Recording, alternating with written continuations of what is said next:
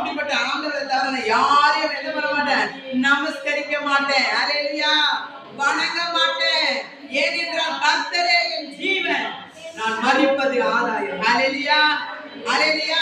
இன்னைக்கு இந்த வார்த்தையை தேவன் என்னோட கூட பேசும்படியாக முதலாம் நாள் உபவாசத்துல முதல் செக்ஷன்ல கர்த்தர் நம்மளோட கூட பேசியிருக்கார். உபவாசம் அல்லாத இந்த ஜாதி பிசாசு ஒரு நாளும் நம்ம குடும்பத்தை விட்டு போகாது என்று விசுவாசிக்கிறேன். ஹல்லேலூயா, ஹல்லேலூயா. கர்த்தர் நல்லவர். ஹல்லேலூயா.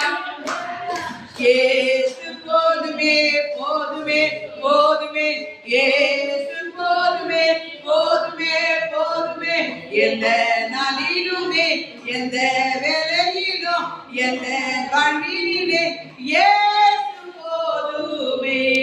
பிசாசு என்னை நெருங்கிட்டாலும் சோர்ந்து போகாமல் முன் செல்லுவேன்.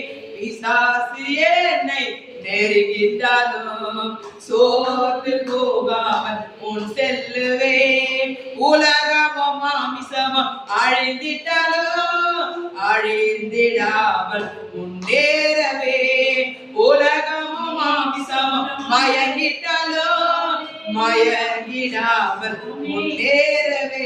சொல்லமா, இயேசு போதுமே, போதுமே, இயேசு போதுமே,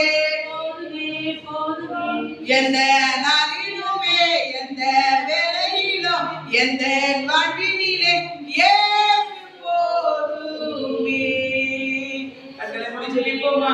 ஆண்டவரே, மத்தேயு 4 அதிகாரத்துல கர்த்தர் எங்களுக்கு கொடுத்த வாக்குத்தத்தம், உபவாசம் அல்லாத இந்த ஜாதி பிசாசு ஒரு நாளும் விலகி போகாது. முதலாம் நாள் உபவாசத்துல முதல் செக்ஷன்ல கர்த்தர் எங்களோடு கூட இடைப்பட்டதுக்காக நன்றி செலுத்துகிறோம். வரப்பட்டவங்களை கர்த்தர் கொண்டு வாங்க, வந்திருக்கிற ஒவ்வொருவரும் பலப்படுத்துங்க.